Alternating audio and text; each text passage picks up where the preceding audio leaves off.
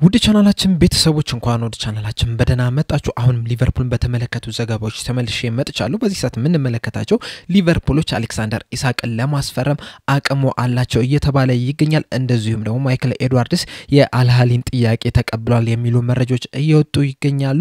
እነዚህንና ሌሎችንም ጨምሬ ይዤላችሁ መጥቻለሁ። እስከመጨረሻው ደቂቃ ድረስ አብራችሁኝ እንድትቆዩ በአክብሮት ጋብዛለሁ። ሰብስክራይብ፣ ላይክ፣ ሼር እያደረጋችሁ የቻናሉ ቤተሰብ እንድትሆኑ በአክብሮት ተጠይቃለሁ። አሁን በቀጥታ ወደ ያስኩላችሁ ጉዳዮች እገባለሁ። በመጀመሪያ የምንመለከተው ፋብሪዞ ሮማኖ ይዞት የወጣውን ዘገባ ይሆናል። እንደ ፋብሪዞ ሮማኖ ዘገባ ከሆነ እንግዲህ ሊቨርፑሎች የ19 ዓመቱን የዌልቲ ላኪን የ4 ዓመት ኮንትራት ለማስፈረም ተቃርበዋል እያለን ይገኛል። እንደ ዘገባው ከሆነ እንግዲህ በዚህ ሰዓት እንግዲህ ያለኝ አንደርስታንዲንግ ሊቨርፑሎች የ4 ዓመት ኮንትራት ለማስፈረም በጣም ተቃርበዋል። ንግግሮች እያደረጉ ነው የሚገኙት። ምንም እንኳን ሌሎች ክለቦች ይሄንን ወጣት ተጫዋች ለማስፈረም ፍላጎት ቢኖራቸውም ነገር ግን ደግሞ ሊቨርፑሎች በጣም እርግጠኛ ናቸው አዲስ ኮንትራት እንደሚያስፈርሙ በቅርብ ቀናት ውስጥ እያለን ይገኛል። ይህ ተጫዋች እንግዲህ በሊቨርፑል አካዳሚ ውስጥ ከሚገኙ ተጫዋቾች መካከል በጣም ብዙ ተስፋ የተጣለበት የመሃል ተከላካይ ስፍራ ተጫዋች ነውና ለቀጣይ አመታትም እንግዲህ በሊቨርፑል ቤት ምናልባትም ወደ ዋናው ቲም ያድጋል ተብሎ ነው የሚጠበቀው። የወደፊቱም የሊቨርፑል ተስፋ ይሆናል ተብሎ እየተጠበቀ ነው የሚገኘው። ለእድሜውም እንግዲህ በጣም ኢንተለጀንት የሚባል ተጫዋች ነው። በጣም ተረጋግቶ መጫወት የሚችል ከኳስ ጋር ምቾት የሚሰማው ተጫዋች ነው። ኮንፊደንስም ያለው ተጫዋች ነው እየተባለ የሚገኙና ልክ እንደ ኳንዛ ሁሉ ይህም ተጫዋች እንግዲህ ለቀጣይ 2 አመታት ውስጥ ምናልባትም የሊቨርፑል ዋናው ቲም ውስጥ የመግባት ቻንስ አለው ነው እየተባለ የሚገኘው። በርግጥ ደጋፊዎች አብዛኞቻችን እንግዲህ ስለዚህ ተጫዋች ምንም የምናውቀው ነገር የለም። አሁን ላይ እንደሚወጡት መረጃዎች ግን ምናልባት በቀጣይ አመታት ውስጥ ወደ ሊቨርፑል ዋናው ቲም ውስጥ እየገባ አንዳንድ ጨዋታዎችን ሊያደርግ ይችላል ተብሎ ነው የሚጠበቀው። በዚህ በቅድመ ውድድር ዝግጅትም ከዋናው ቲም ጋርም አብሮ ከሚሄዱ ወጣት ተጫዋቾች መካከልም አንዱ ይሆናል ተብሎ ነው እየተጠበቀ የሚገኘው። በቀጣይ የምንመለከተው ደግሞ ማይክል ኤድዋርድስን የተመለከተውን ዘገባ ይሆናል። እንደ አራዴልሃ የተባለ የመቀመጫው ሳውዲ አረቢያ ያደረገው አውትሌት እንደተናገረው ከሆነ እንግዲህ ማይክል ኤድዋርድስ አልሃሊን ለመቀላቀል ከአልሃሊ ጋር በቃል ደረጃ ከስምምነት ደርሷል ነው እያለን የሚገኙና በቀጣይም እንግዲህ ዶክመንቶቹን ሁላ ተፈራርሞ የቀጣዩ የአልሃሊ ስፖርቲንግ ዳይሬክተር ይሆናል ነው እያለን የሚገኘው። እንደሚታወቀው እንግዲህ ከዚህ በፊትም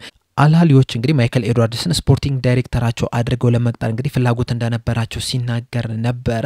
አሁን ላይ እንግዲህ ይህ ዘገባ እንደሚናገረው ከሆነ ከአልሃሊ ጋር ስምምነትን ፈጥሯል ነው እያለን የሚገኘው። አያይዞም እንግዲህ ይህ ዘገባ የተናገረው ምንድነው ማይክል ኤድዋርድስ በዚህ ሰዓት ምንም አይነት ስራ የለውም ነው እያለን የሚገኘውና ይህንን ስናስብ እንግዲህ ይህ ዘገባ እንግዲህ ስህተት ነው፣ ሙሉ ለሙሉ ትክክል እንዳልሆነ መገመት እንችላለን። ምክንያቱም እንግዲህ ማይክል ኤድዋርድስ የ2023-24 ሲዝን ከተጠናቀቀ በኋላ የኤፍኤስጂ ስፖርቲንግ ቺፍ ምናምን ሆኖ የተሾመው። ከዛ በኋላም እንግዲህ እሱ ነው እንግዲህ ሪቻርድ ሂውን ራሱ በስፖርቲንግ ዳይሬክተርነት መቅጠር የቻለውና እስካሁንም ድረስ እንግዲህ ከኤፍኤስጂ ጋር አብሮ እየሰራ ነው የሚገኘው። እንደውም የፍሎሪን ቪርትስን ዝውውር ለመሳካት ራሱ የሱ አስተዋጽኦ በጣም ከፍተኛ ነበር። ከዚህ በፊትም እንደተናገረው ከሆነ እንግዲህ ማይክል ኤድዋርድስ ነው ቦስተን አሜሪካ ድረስ በመሄድ ሄነሪን አሳምኖ ለፍሎሪን ቪርትስ ይህን ያህል ገንዘብ እንዲወጣበት ያደረገውና ስራ ላይ አይደለም ማለት እንግዲህ ታማኝነቱን የሚያሳጣው ጉዳይ ይሆናል። በተጨማሪም እንግዲህ ኤፍኤስጂዎች ሌላ ክለብ ለመግዛት እንግዲህ ጥረት እያደረጉ ነው የሚገኙትና ያንን ጥረታውን ለማሳካት ደግሞ እየሰራ የሚገኘው ማይክል ኤድዋርድስ ነውና በስራ ላይ ነው የሚገኘው። ይህ ዘገባ ግን በዚህ ሰዓት ስራ ላይ አይደለም የሚገኘው። ከአልሃሊ ጋርም ስምምነትን ፈጥሯል ምናምን እያለ እየዘገበ ነው የሚገኘውና በኔ እምነት ይህ ዘገባ እንግዲህ ሙሉ ለሙሉ እምነት የሚጣልበት ዘገባ አይደለም፣ ከእውነት የራቀ ነው እየዘገበ የሚገኘው ብዬ ነው የማስበው። ሌላኛው የምንመለከተው ዘገባ ደግሞ ኑኔዝንና ኬዛን የተመለከተውን ይሆናል። እንደ ላ ሪፐብሊካ ዘገባ ከሆነ እንግዲህ ናፖሊዎች ሁለቱንም ኑኔዝንና ኬዛን አንድ ላይ በዚህ የክረምት የዝውውር መስኮት ማስፈረም ይፈልጋሉ ነው እያለን የሚገኘው። በርግጥ ከዚህ በፊትም እንግዲህ በተለያዩ ዘገባዎች ይዞት እንደወጡት ከሆነ ናፖሊዎች በተለያየ አጋጣሚ ኑኔዝንም ኬዛንም እንደሚፈልጉ ሲነገር ነበረ። ከኑኔዝ ጋርም ራሱ ከተወካዮቹ ጋር ንግግር ጀምረዋል የሚባል ነገሮች ሲወጡ ነበር። በርግጥ ኑኔዝ እንግዲህ ናፖሊ ብቻ አይደለም እሱን የሚፈልጉት፣ እነ አትሌቲኮ ማድሪድ፣ ኤሲ ሚላንም የዚህ ተጫዋች ፈላጊ ናቸው።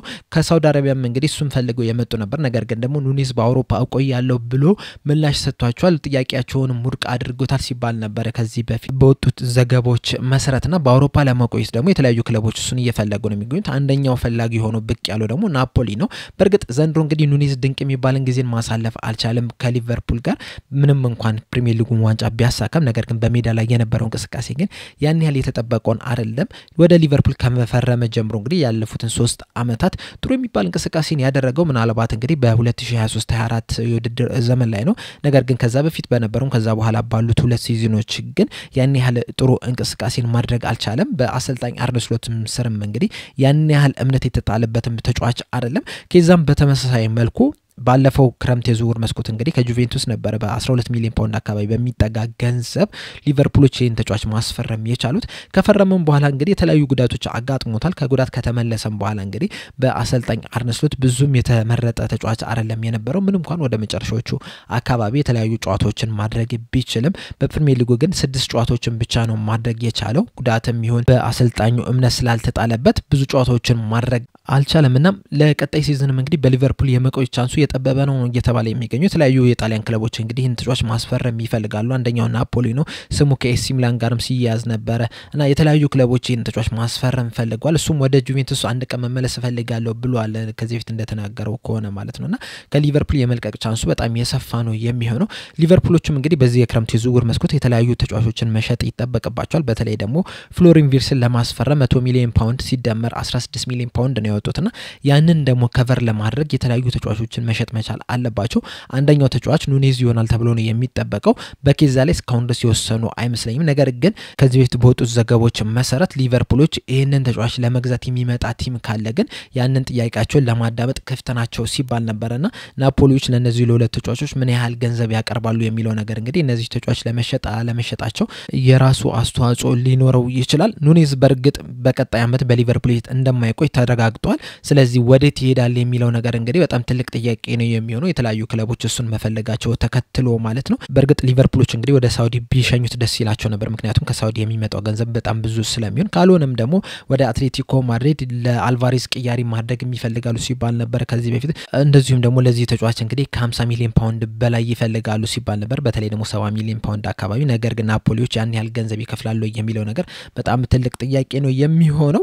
በስተመጨረሻም የምንመለከተው ደግሞ አሌክሳንደር ኢሳቅን የተመለከተውን ዘገባ ይሆናል። እንደ ቲቢአር ፉትቦል ዘገባ ከሆነ እንግዲህ ሊቨርፑሎች አሁንም አቅሙ አላቸው አሌክሳንደር ኢሳቅን ለማስፈረም እያለን ይገኛል። በቲቢአር ፉትቦል ላይ እንግዲህ የትራንስፈር ኤክስፐርት የሆነ ጄሬሚ ቤሊ እንደዘገበው ከሆነ እንግዲህ ሊቨርፑሎች ይህንን ተጫዋች ለማስፈረም በጣም ከፍተኛ ፍላጎት አላቸው። አጥቂ ማስፈረም ከፈለጉ እንግዲህ ቅድሚያ የሚሰጡት አሌክሳንደር ኢሳቅን ማስፈረም ነው። ከሌሎች ክለቦችም እንግዲህ ቀዳሚ ተመራጭ ለአሌክሳንደር ኢሳቅ ቀጣይ ማረፊያ የሆነ ያለው በዚህ ሰዓት ሊቨርፑሎች ናቸው ነው እያለን የሚገኘው። አያይዞ ምንድን ያለው ከዚህ በፊት እንግዲህ አርሰናሎችም እዚህ ተጫዋች ላይ ፍላጎት እንደነበራቸው ሲነገር ነበረ። ነገር ግን ደግሞ አሌክሳንደር ኢሳቅ ከአርሰናል ይልቅ ሊቨርፑልን ተመራጭ እንደሚያደርግ ከኒውካስል ብለው ስላመኑ እዚህ ተጫዋች ላይ የነበራቸውን ፍላጎት ቀንሰዋል ነው እያለን የሚገኙና በዚህ ሰዓት እንግዲህ ሴስኮን ለማስፈረም ከፍተኛ ጥረት እያደረጉ ነው የሚገኙ። ስለዚህ ሊቨርፑሎች ናቸው እንግዲህ እሱን ተጫዋች ለማስፈረም ጥሩ ፖዚሽን ላይ የሚገኙት፣ አቅሙም አላቸው ብሏል። እንደሚታወቀው እንግዲህ ለፍሎሪን ቪርትስ 100 ሚሊዮን ፓውንድ ሲደመር 16 ሚሊዮን ፓውንድ አውጥተዋል። ነገር ግን ያን ያህል ቢያወጡ ራሱ ለአሌክሳንደር ኢሳቅ እስከ 120 ሚሊዮን ፓውንድ ድረስ የማውጣቱ አቅም አላቸው ነው እያለን የሚገኘው። በዚህ ሰዓት እንግዲህ የሚታመነው አሌክሳንደር ኢሳቅ ከ120 እስከ 150 ሚሊዮን ፓውንድ ድረስ ባለው ገንዘብ ሊያስወጣቸው ይችላል ነው እየተባለ የሚገኘው። በተለይ ደግሞ 120 ሚሊዮን ፓውንድ አካባቢ ሊያወጡ ይችላሉ ተብሎ ይገመታልና ያንንም የመውጣት አቅም አላቸው። በተለይ ሊቨርፑሎች እንግዲህ ባለፈው ክረምት የዝውውር መስኮት ኬዛን ብቻ ነበር ማስፈረም የቻሉት 12 ሚሊዮን ፓውንድ ብቻ ነበር ያወጡት። በተጨማሪም ደግሞ ፕሪሚየር ሊጉን ማሸነፍ ችሏል። እንደዚሁም በሻምፒዮንስ ሊጉም እስከ 16 ውስጥ መግባት የቻለ ቡድን አላቸውና በጣም ስኬታማ ጊዜን ማሳለፍ ችሏል በ2024-25 የውድድር ዘመንና ብዙ ገንዘብ ሰብስቧል። ስለዚህ አቅሙም አላቸው። በተጨማሪም ደግሞ ተጫዋችንም መሸጣቸው አይቀርም ነው እየተባለ የሚገኘው። እንደሚታወቀው ፍሎሪን ቪርትስ ቀደም እንደነገርኳችሁ 116 ሚሊዮን ፓውንድ ድረስ ነው የሚያስወጣቸውና ያንን ከቨር ለማድረግ ደግሞ የተለያዩ ተጫዋቾችን ይሸጣሉ ተብሎ ይጠበቃል። ኬለር ተሽጧል። እንደዚሁም ኑኔዝ፣ ጆታና ኬዛን ደግሞ ቢሸጧቸው የፍሎሪን ቪርትስን ሂሳብ ሙሉ ለሙሉ ከቨር አድርገው ተጨማሪም ተርፈም ሊኖራቸው ይችላል ነው እየተባለ የሚገኘው። እንደሚታወቀው እንግዲህ ኬለርን ለብሬንትፎርድ ሲሸጡት እስከነ አዶንሱ ጨምሮ 18 ሚሊዮን ፓውንድ ድረስ ማግኘት ይችላል። ኬዛም እንግዲህ ከመጣበት የበለጠ ይሸጣል ተብሎ ነው የሚጠበቀው። በ12 ሚሊዮን ፓውንድ ነው የተገዛው። ነገር ግን እስከ 15 እስከ 18 ሚሊዮን ፓውንድ ድረስ ባለው ሂሳብ ይሸጣል ተብሎ ነው የሚጠበቀው። እዚህ ጋር ብቻ ራሱ ወደ 36 ሚሊዮን ፓውንድ ተገኝቷል።